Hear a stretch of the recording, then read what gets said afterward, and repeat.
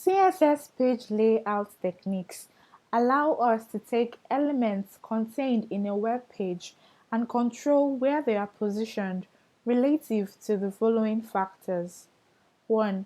Their default position in normal layout flow. Number 2. The other elements around them. Thirdly, their parent container, and lastly, the main viewport or browser window. The page layout techniques we'll be covering in more details in this module are Flexbox and Grid. Download the materials for this lesson on the classroom for other layout techniques. Flexbox is the short name for the flexible box layout. It is designed to make it easy for us to lay things out in one dimension, either horizontally or vertically. To use Flexbox, you apply the property display and set the value to flex, so the parent element of the elements you want to lay out. All its direct children then become flex items. We can see this in a simple example.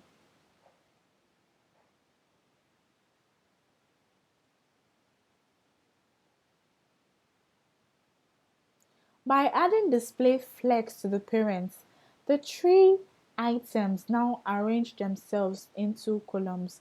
This is due to them becoming flex items and being affected by some initial values that Flexbox sets on the flex container. They are displayed in a row because the property flex direction of the parent element has an initial value of row. This is the example that explains how Flexbox work. In the div with a class wrapper, we had a CSS rule with the CSS property display and set the value to flex. So if I run this code in my browser, this is the output that is going to be on my screen. In addition to properties that can be applied to a flex container, there are also properties that can be applied to flex items. These properties, among other things, can change the way that items flex, enabling them to expand or contract according to available space. As an example, we can add the flex property to all of our child elements and give it a value of 1. This is the syntax to do that.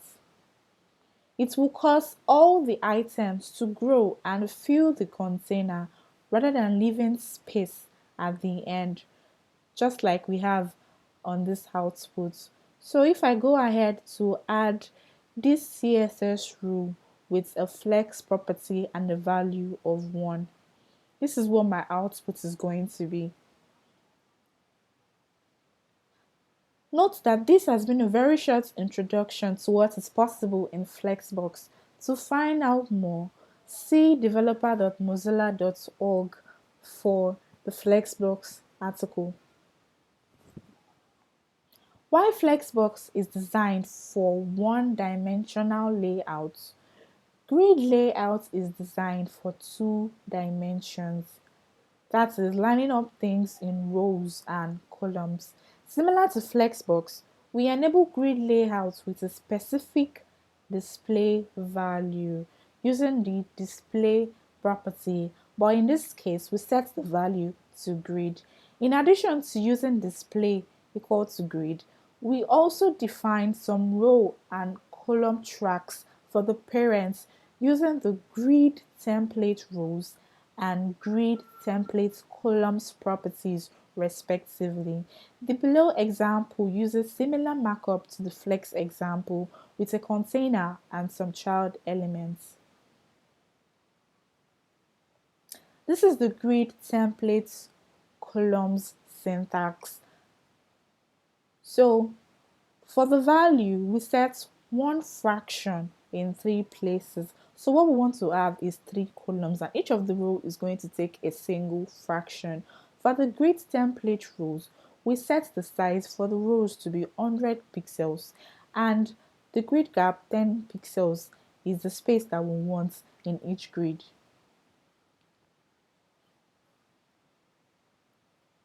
If I run that particular code in my browser, this is what is going to be the output.